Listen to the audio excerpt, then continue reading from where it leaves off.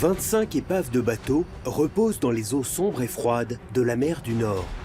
Ce sont des vestiges de la plus grande bataille navale de la Première Guerre mondiale, que l'Allemagne a baptisée Skagerrak, et la Grande-Bretagne, la bataille du Jutland. La bataille du Jutland est la plus grande bataille navale de l'histoire, et elle a déterminé l'issue de la Première Guerre mondiale. Le 31 mai 1916, les amiraux Jellicoe et Beatty commandent la puissance de la Royal Navy au cours d'un affrontement épique avec leurs homologues allemands. Les Britanniques s'attendaient à vivre un autre Trafalgar, mais ce fut un fiasco. Pour la Royal Navy, ça a été la douche froide. Un coup de pied aux fesses. Et après la guerre en mer, ce fut la guerre des mots. Jellicoe est tombé en disgrâce et Beatty a pris son poste. Mais pourquoi les croiseurs de Beatty ont-ils explosé en quelques minutes? Résultat, un navire comme celui-ci a été anéanti en l'espace d'un instant. Pourquoi Jellicoe a-t-il laissé la flotte allemande s'enfuir? C'est un renseignement absolument inestimable. Mais malheureusement, le centre de commandement n'en tient pas compte. Et on est en droit de se demander pourquoi. 100 ans plus tard, cette grande bataille fait toujours l'objet de débats passionnés. Ces épaves révéleront-elles que l'un ou l'autre des commandants était responsable de cette déconvenue ou brosseront-elles un tout autre tableau? Grâce à l'exploration de ces épaves, nous pouvons avoir un aperçu des tenants et des aboutissants de la bataille. Des plus grandes batailles navales aux pires catastrophes marines, nous partirons dans cette série à la découverte de certains des naufrages les plus mystérieux de tous les temps. Nous vous raconterons leur incroyable histoire et vous révélerons leurs secrets enfouis.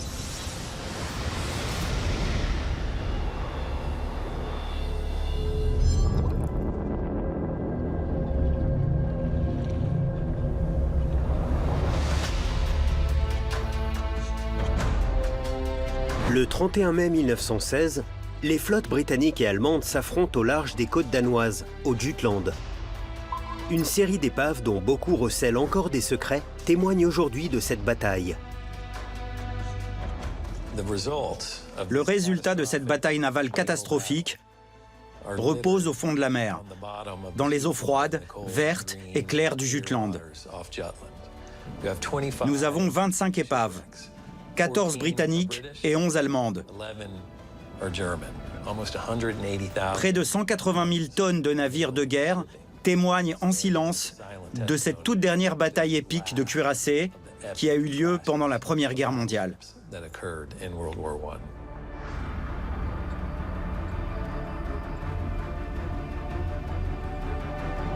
La plus grande de l'histoire, la bataille navale de Jutland était considérée comme une défaite de la Grande-Bretagne.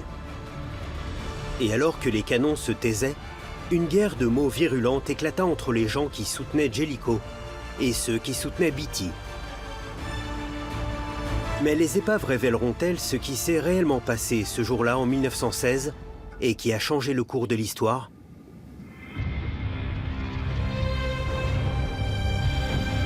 Mai 1916.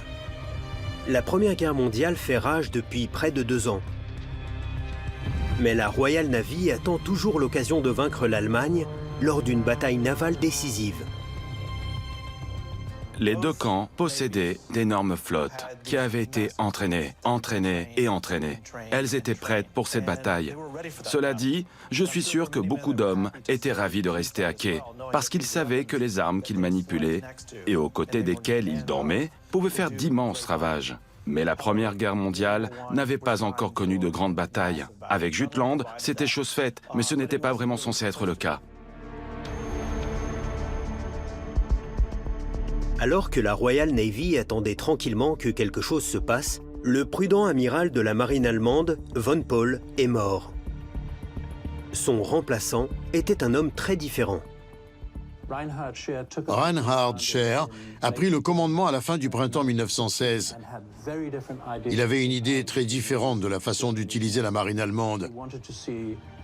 Il voulait utiliser les sous-marins et les Zeppelins de façon très agressive pour appuyer une sortie de la flotte en mer du Nord.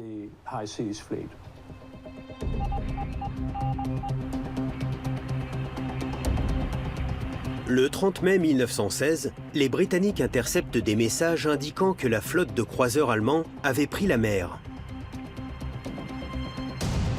Apparemment, le jour tant attendu par la Royal Navy était enfin arrivé. Pour Bonham Fownes, un aspirant de 16 ans à bord du HMS Hercule, c'était un moment très excitant. Le commandant est descendu avec un clairon et il a dit au clairon « Sonnez le poste de combat ». Je m'en souviens encore parce que tout le monde a couru à son poste. Les marins ont ouvert les écoutilles, en bas, etc. Ils étaient tous en train d'applaudir comme des fous. Ça faisait 3 ou 4 ans qu'on était stationnés à Scapa Flow et ils en avaient marre. Ils voulaient un peu d'action.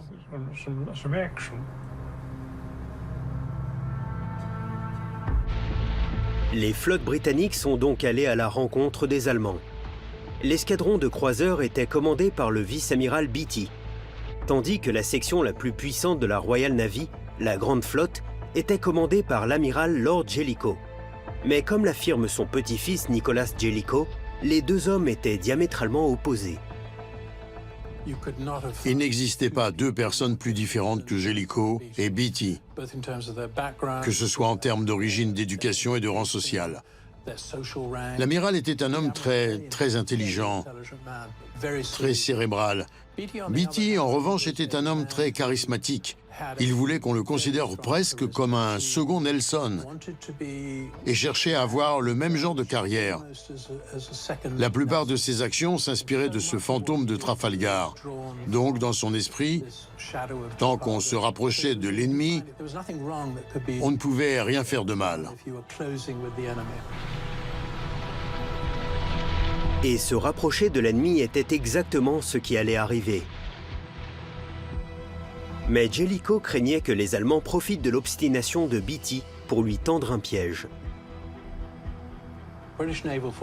Les flottes britanniques ont convergé jusqu'à un point de rencontre juste au large des côtes danoises, dans la mer du Nord.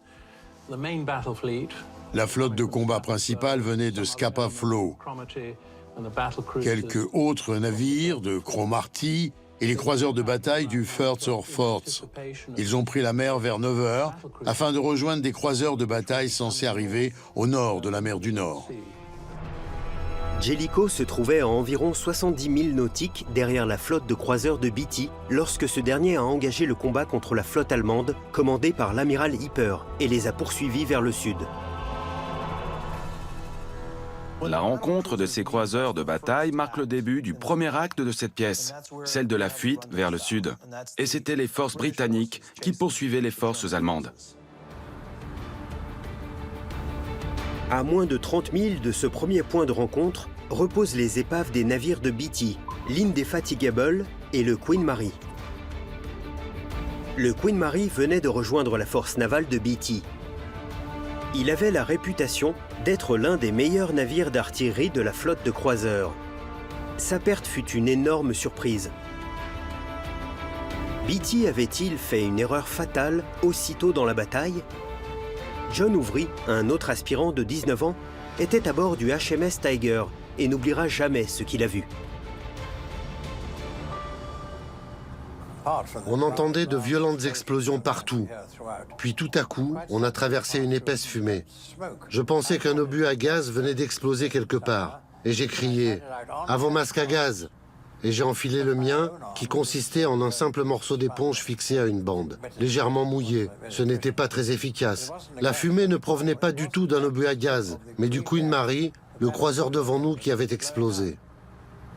Difficile de savoir ce qui a pu traverser l'esprit de Beatty à ce moment-là. Mais quand le Queen Mary a explosé à 16h26, il s'est tourné vers son capitaine de pavillon, Chatfield, et il a marmonné ce qui est maintenant devenu une déclaration très célèbre. On dirait que quelque chose ne va pas avec nos satanés navires aujourd'hui. C'était l'euphémisme du siècle. Alors, y avait-il vraiment un problème avec les navires ce jour-là? Ou la perte du Queen Mary était-elle imputable au commandement de Beatty? Chuck Mead est un archéologue basé en Floride. Il examine des images de l'épave du Queen Mary dans l'espoir de répondre à cette question. Ce qui reste du Queen Mary se détache bien du fond marin. Cette partie est plus haute que beaucoup d'autres épaves. On peut voir que le pont en bois a survécu. On peut voir un certain nombre d'obus. Ces gros projectiles qui, on le sait, pouvaient peser jusqu'à 900 kg et être tirés à une distance de plusieurs miles. C'est à ça qu'on mesurait la puissance d'un croiseur, son pouvoir. Mais si on l'observe attentivement, on constate qu'une grande partie du bateau a disparu. La partie arrière est pas mal endommagée, mais elle est relativement intacte. Il ne reste pratiquement plus rien de l'avant, à part quelques débris. Selon toute vraisemblance, toute la partie avant du navire s'est fait désintégrer, avec l'impact de l'explosion. Chuck a découvert que l'épave qu'il observait représentait moins de la moitié du navire de 200 mètres de long, et l'endroit où le bateau a cédé semble se trouver juste devant la tourelle P du Queen Mary. Les Britanniques estimaient que la vitesse était leur meilleure défense. Le blindage de leur bateau était donc généralement plus léger. Depuis l'époque de Nelson, les Britanniques ont toujours privilégié la vitesse pendant les attaques. Il est donc probable qu'ils aient pris quelques raccourcis.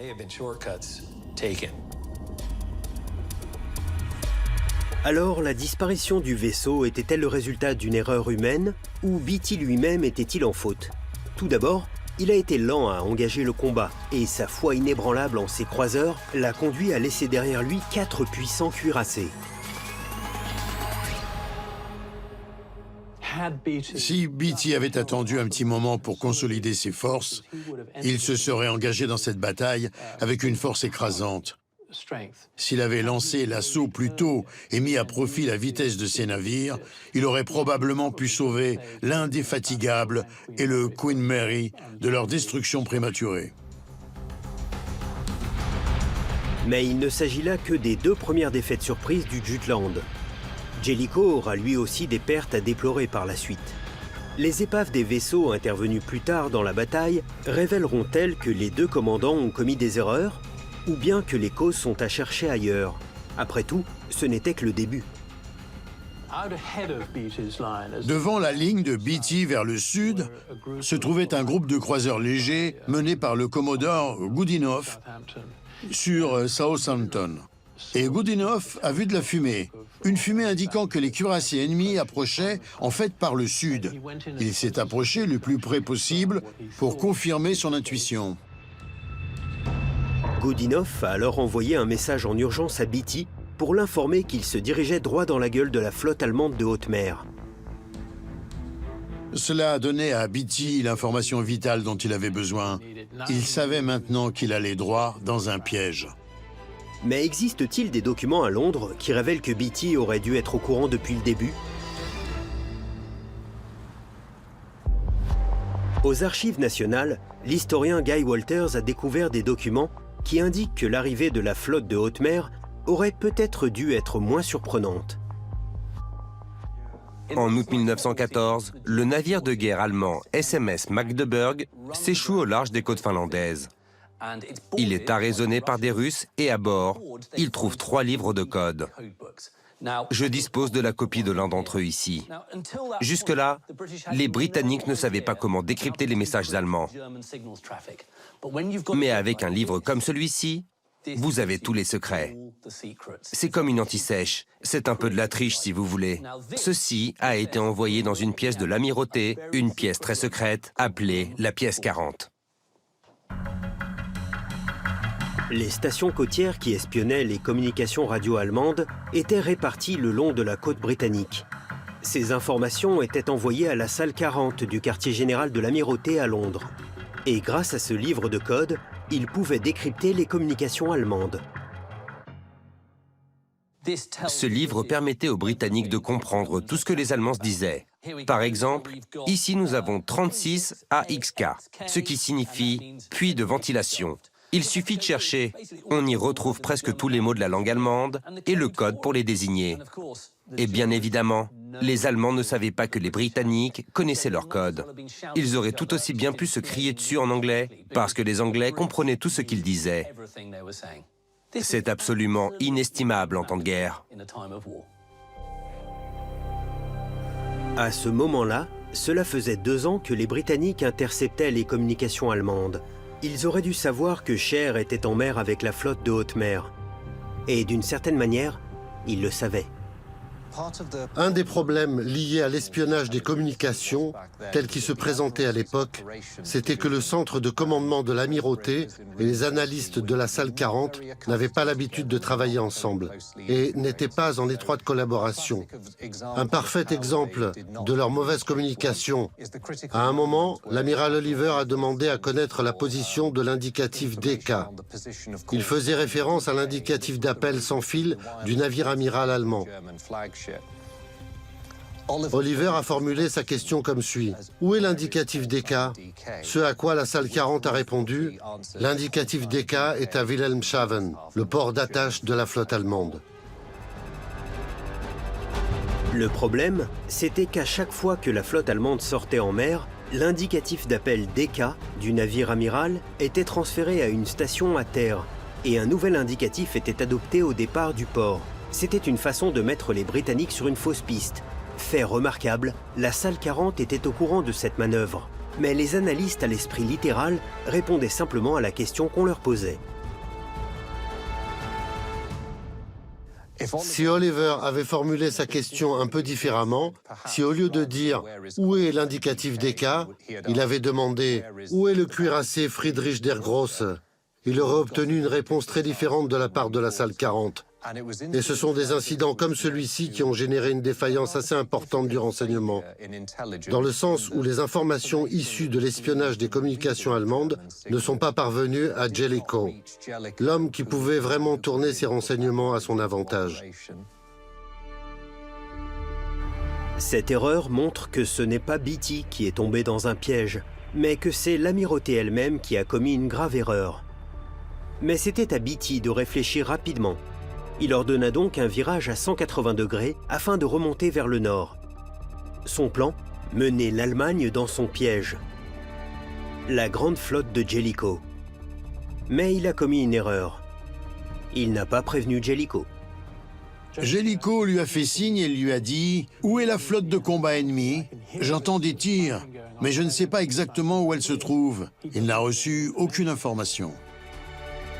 C'est grâce au bon jugement de Jellicoe et à une énorme dose de chance que Beatty a pu tendre son piège et que Jellicoe a coincé l'Allemagne dans un demi-cercle de canons. L'Allemagne a dû vivre un moment de pure terreur lorsque tous ses cuirassés britanniques ont ouvert le feu. L'amiral Jellicoe était en position de supériorité pour engager le combat. Il avait le soleil derrière lui, les Allemands devant lui. Il a pu déchaîner toute la puissance de ses canons sur l'amiral Scheer et les mettre en pièces. John Ouvry, qui venait de traverser la fumée du Queen Mary, a assisté au retournement de situation des Britanniques. C'était un moment formidable. Les deux flottes principales étaient enfin en action. Et je me souviens m'être dit, eh bien, on a perdu beaucoup et on va perdre encore plus. Ce n'était pas grave de perdre telle ou telle chose tant que les deux flottes s'affrontaient. Et ce moment était arrivé. Alors pourquoi le fond de la mer n'est-il pas un cimetière de navires allemands? Les Allemands ont disparu dans la brume et la fumée. On ne les voyait plus. Alors les tirs ont cessé. Et je ne pense pas qu'un seul d'entre nous savait ce qui se passait. Je pense que même Jellicoe ne savait pas ce qui se passait. Du point de vue de Jellicoe, la flotte allemande était là et l'instant d'après, elle n'y était plus. Ils avaient dû faire demi-tour et battre en retraite. Mais 2 heures auparavant, lorsque Beatty avait lui aussi fait demi-tour, il avait mis environ 10 minutes. Alors comment l'Allemagne a-t-elle pu faire demi-tour avec 22 navires aussi rapidement? Honnêtement, Scheer a pris une décision incroyablement courageuse à ce moment-là. Il a ordonné ce qu'il a appelé un virage de bataille. Pour réaliser ce virage de bataille, Tous les navires devaient faire un 180 degrés. Pas l'un après l'autre, mais tous en même temps, loin de la flotte et des canons britanniques, pour se retrouver dans le brouillard. Donc, Jellicoe étudiait les cibles d'artillerie disponibles à l'instant T, et 4 minutes plus tard, il n'y avait plus rien à part de la brume. En gros, c'était comme un virage rapide au frein à main avec une voiture, une manœuvre qui n'était pas pratiquée par la Royal Navy. Après des siècles de domination navale, les Britanniques avaient totalement confiance en leurs capacités. Ils n'avaient donc jamais pratiqué quelque chose qui, par nature, ne servirait qu'à battre en retraite. Mais 2 épaves qui se trouvent à proximité sont britanniques. La confiance était-elle devenue excessive? Au fond de l'océan se trouvaient les navires britanniques HMS Defence et HMS Invincible. Bonham Fonds a assisté à la disparition de l'Invincible. On est passé devant la poupe d'un bateau qui sortait de l'eau. L'officier d'artillerie avait vraiment de bonnes lunettes et il a réussi à lire le nom du bateau. C'était l'Invincible, qui avait explosé et s'était scindé en 2. La poupe était hors de l'eau et j'ai dit au capitaine « C'est la dernière fois que je vois l'Invincible. Il est en train de couler et ne ressemble plus à rien. » Alors que l'Invincible était commandé par Beatty, le Defence était sous les ordres de Jellicoe. Ont-ils tous les deux commis des erreurs fatales? Ou les causes de leur naufrage échappaient-elles totalement à leur contrôle? Les images de la disparition dramatique de l'Invincible semblent suggérer que le navire s'est brisé en 2, comme le Queen Mary. En Amérique, Chuck examine les images du naufrage de l'Invincible. Cette partie semble relativement intacte. Il y a beaucoup de débris éparpillés.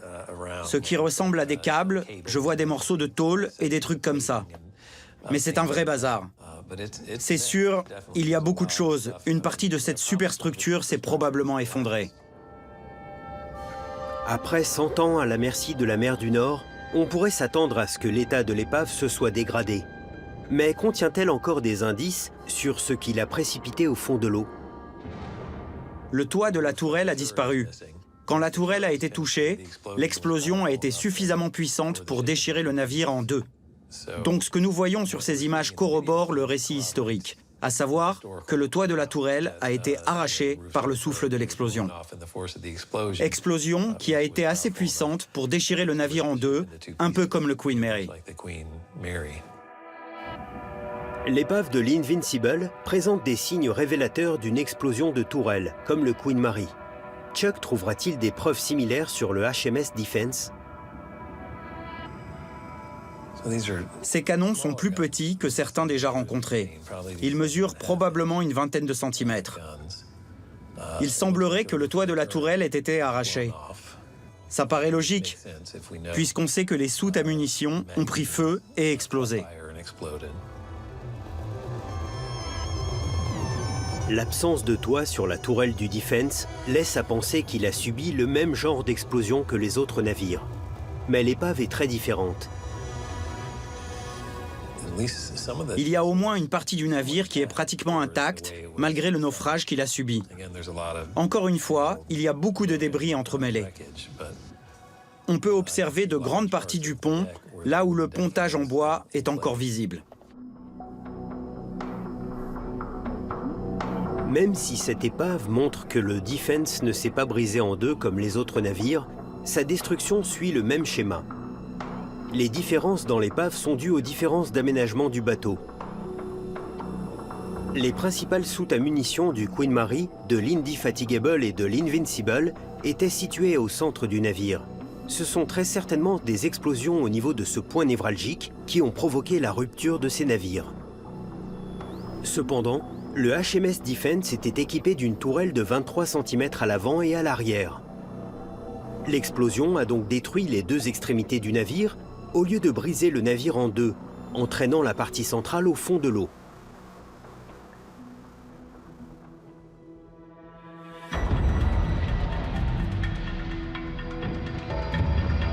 Les images montrent des dégâts similaires sur les 4 épaves, quel que soit le commandant. Les causes de leur disparition n'auraient donc rien à voir avec Beatty ou Jellicoe. Andrew Chung, le conservateur du musée maritime national, détient les plans originaux du Queen Mary, le deuxième navire à avoir coulé de cette façon.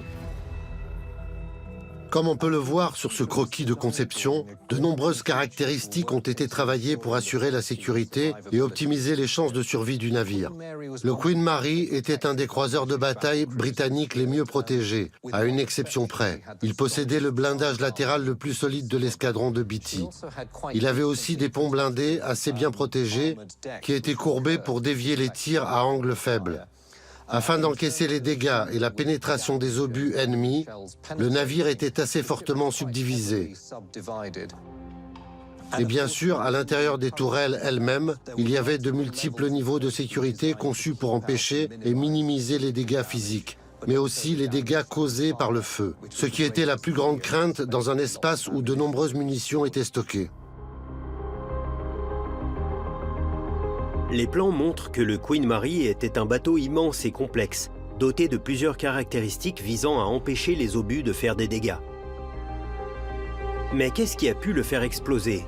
Et la réponse dégagera-t-elle Jellicoe et Beatty de toute responsabilité? L'état de l'épave semble indiquer qu'elle avait un point faible au niveau de la tourelle P.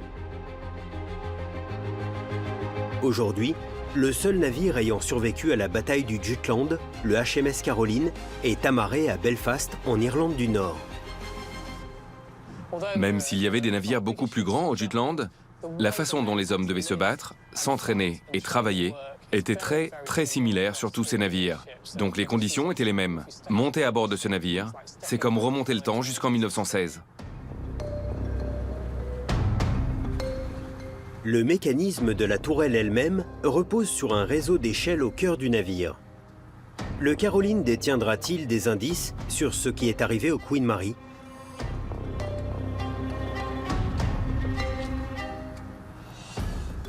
Ce qu'il y a de bien avec le HMS Caroline, c'est que plus on descend à l'intérieur du navire, plus on s'y enfonce et plus on remonte dans le temps. C'est la salle des obus. C'est dans cette pièce que les obus explosifs de 15 cm étaient entreposés. C'était potentiellement l'un des endroits les plus dangereux du bateau, puisqu'il était bourré d'explosifs. Encore aujourd'hui, tout ce que vous voyez ici est d'origine. Voici le navire, tel qu'il était en 1916. Donc on imagine bien à quel point il était dangereux et à quel point on pouvait s'y sentir claustrophobe. Encore aujourd'hui, il ne sent que la peinture et l'huile. Ça sent comme un navire en fonctionnement. C'est dans ces tourelles vulnérables que les explosions ont eu lieu. Que peut donc révéler le Caroline sur la façon dont l'équipage a manipulé les explosifs dangereux? Le Jutland est une de ces batailles qui regarde autant en arrière qu'en avant. L'environnement est incroyablement physique à bord du HMS Caroline. Il n'y a pas beaucoup d'aide mécanique pour déplacer les choses. C'est une question de main-d'œuvre, de personnes qui soulèvent physiquement ces obus, les mettent sur le palan et les déplacent sur 3 ou 4 ponts jusqu'au poste de tir. C'est incroyablement isolé ici. Donc ils ne savaient pas ce qui se passait. Ils pouvaient éventuellement sentir les mouvements du bateau quand il changeait de cap. Ils sentaient évidemment le mouvement de la mer. Ils pouvaient entendre des tirs d'obus au loin le long de la côte, mais fondamentalement, ils ne savaient pas ce qui se passait. Si le Queen Mary était bien plus grand, le mode de fonctionnement des tourelles des deux navires était similaire.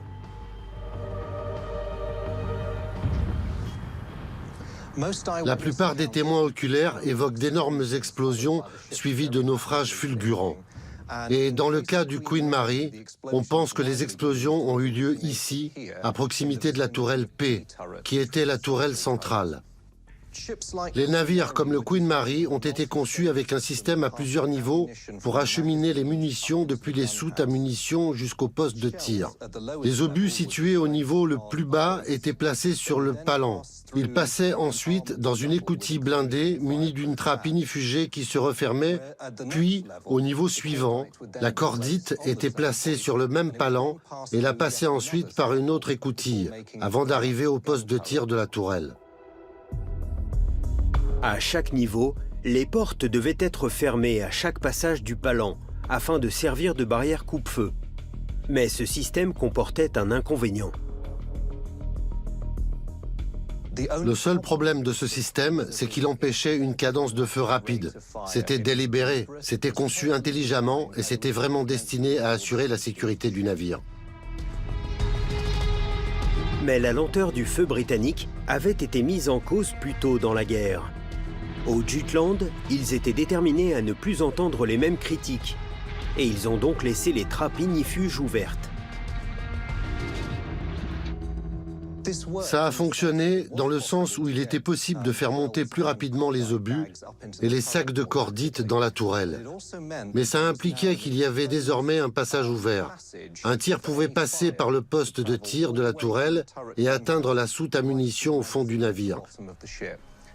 C'était une situation très dangereuse. Ainsi, les obus allemands ont touché la tourelle. Le feu a alors traversé toutes les écoutilles ouvertes pour atteindre les munitions stockées en dessous, ce qui a provoqué une énorme explosion qui a littéralement brisé les navires en deux. Dans le cas du Queen Mary et des autres navires à tourelle principale centrale, cela les a brisés au milieu. Dans le cas du Defense, les explosions ont arraché les deux extrémités. Le drame pour les Britanniques, c'est que les systèmes allemands de manipulation et de sécurité de la cordite étaient relativement similaires aux leurs. Mais ce qui a fait la différence, c'est que les Allemands ont respecté leurs règles, alors que dans leur large mesure, les Britanniques ne l'ont pas fait. C'était une course à celui qui alimenterait les canons le plus rapidement possible. Et bien sûr, sur les plus gros navires, sur les croiseurs de bataille, cela a finalement mené au désastre.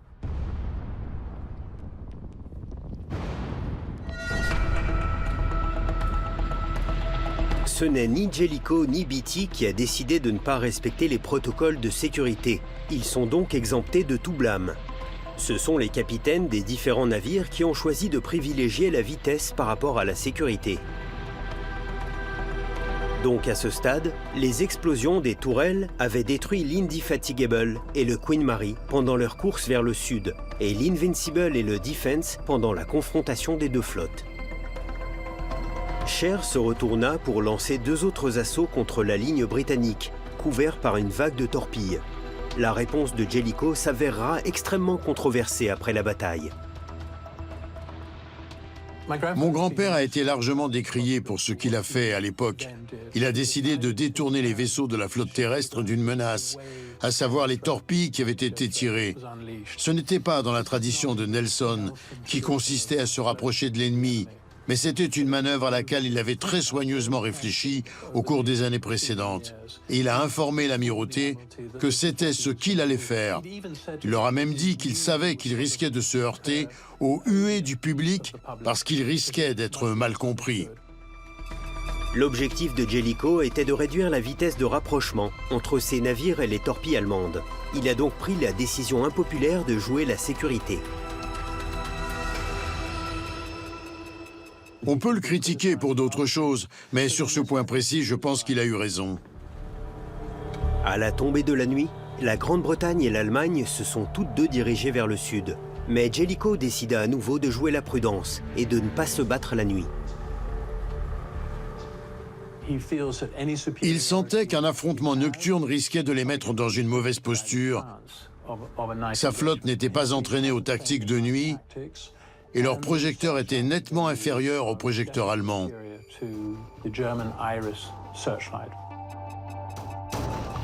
Derrière ces flottes, Jellicoe a placé un écran de destroyer pour protéger ses navires jusqu'aux premières lueurs du jour. La clé pour ramener l'Allemagne dans la bataille le matin serait de les empêcher de fuir, en leur barrant la route vers le port.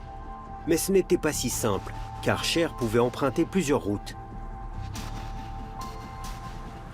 Une option possible aurait été de faire demi-tour et de mettre le cap vers la pointe du Danemark, puis de traverser le Skagerrak jusqu'à la Baltique pour retourner au port. C'était une option. L'autre option consistait à mettre le cap au sud. Et là, il y avait deux possibilités pour traverser les champs de mines allemands. Soit passer au large de Heligoland, soit du côté de la brèche d'Ems. Troisième et dernière option, Scheer pouvait entrer dans Horns Rev et essayer de passer derrière les champs de mines qui se trouvait à côté de Schleswig-Holstein, et descendent ensuite le long de la côte pour se mettre à l'abri.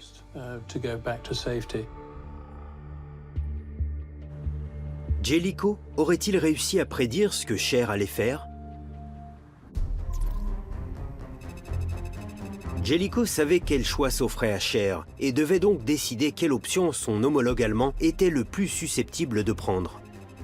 Jellicoe prit la décision de bloquer la route directe vers Wilhelmshaven. Donc Jellicoe a véritablement mis tous ses œufs dans le même panier. Il pensait qu'un affrontement avec la flotte allemande serait possible dès lors que la lumière reviendrait après 2h, 2h30 du matin. Mais Scheer avait une toute autre idée en tête. Ce qu'il a décidé de faire, c'est de couper la ligne de blocage, ou la supposée ligne de blocage de Jellicoe, et d'essayer de faire passer ses navires du côté de Hornsrev, puis de les ramener derrière les champs de mines protecteurs. Résultat, Scheer passa derrière l'écran de destroyer et rentra au port, tandis que Jellicoe continuait sa route vers le sud sans se soucier du reste.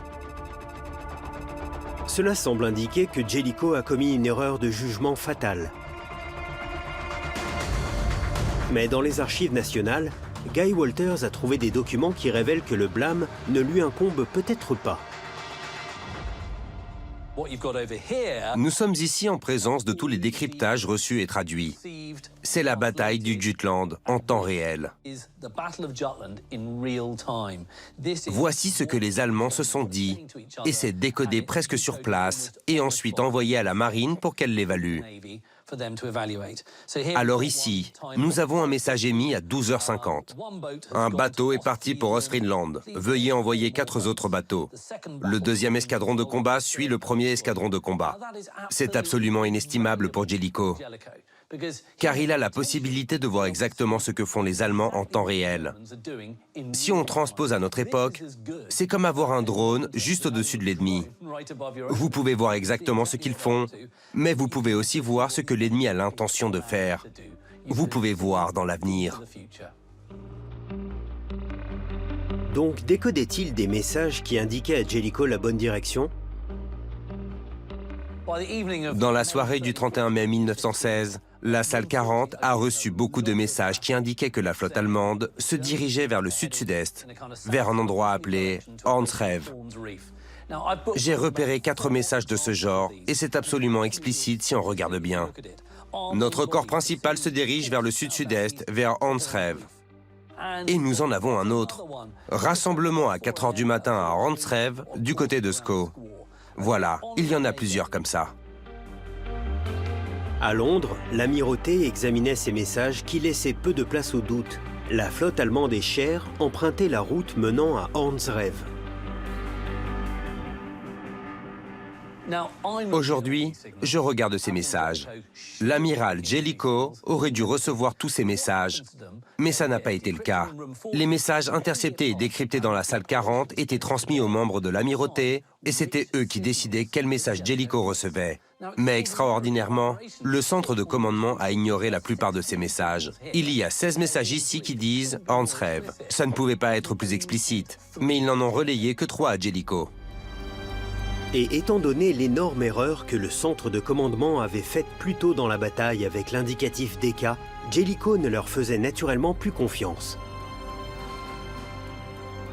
Pourquoi ne faisait-il pas confiance au centre de commandement? Parce que plus tôt dans la journée, les mêmes hommes lui avaient dit « Ne vous inquiétez pas, toute la flotte allemande est encore au port ». Or à ce moment-là, c'est vers le port qu'il se dirigeait. Il a donc dû se dire que toutes les informations émanant du quartier général n'avaient aucune valeur et qu'il allait les ignorer. Jellicoe ne faisait pas confiance au centre de commandement. Le centre de commande ne faisait pas confiance à la salle 40. Donc tous ces précieux renseignements de guerre ne passaient jamais vraiment. Mais il y avait aussi des gens sur ces destroyers qui pouvaient voir ce que Scheer faisait. Malheureusement, ces observations ne furent pas transmises à Jellicoe. L'élément le plus crucial de cette nuit, c'est qu'aucun destroyer n'a signalé ce qui lui arrivait. De plus, ce n'est que peu avant 3 heures du matin qu'un rapport de contact indiquant la position des navires allemands a été envoyé par les derniers navires britanniques pour engager le combat. Il y avait cette supposition malheureuse selon laquelle ce qu'un commandant pouvait voir sur place pouvait également être vu par l'amiral. À partir de 4h30, la marine allemande a commencé à regagner le port. Alors que l'aube se levait sur la mer du Nord, Jellicoe réalisa qu'il avait été dupé. La population britannique était confrontée à la perspective que peut-être la Britannia ne dominait pas les vagues. Le Jutland a toujours eu une place très controversée dans l'histoire de la marine britannique. Au départ, il s'agissait de répondre aux attentes du peuple britannique. Ils attendaient une victoire de type Trafalgar, et cette déconvenue a immédiatement mis le feu aux poudres. Cette histoire a eu une conséquence désastreuse. Les marins britanniques qui sont revenus ont été hués et raillés. Certains se sont fait jeter des objets dans la rue. Une grande partie de la population britannique était convaincue que la marine avait perdu la bataille et les avait laissés tomber. Le peuple britannique a été amèrement déçu par l'issue de la bataille. Mais comme on leur avait dit pendant des années que Beatty était un second Nelson, Jellicoe a dû endosser une grande partie de la responsabilité. Les gens autour d'eux se sont divisés en deux camps.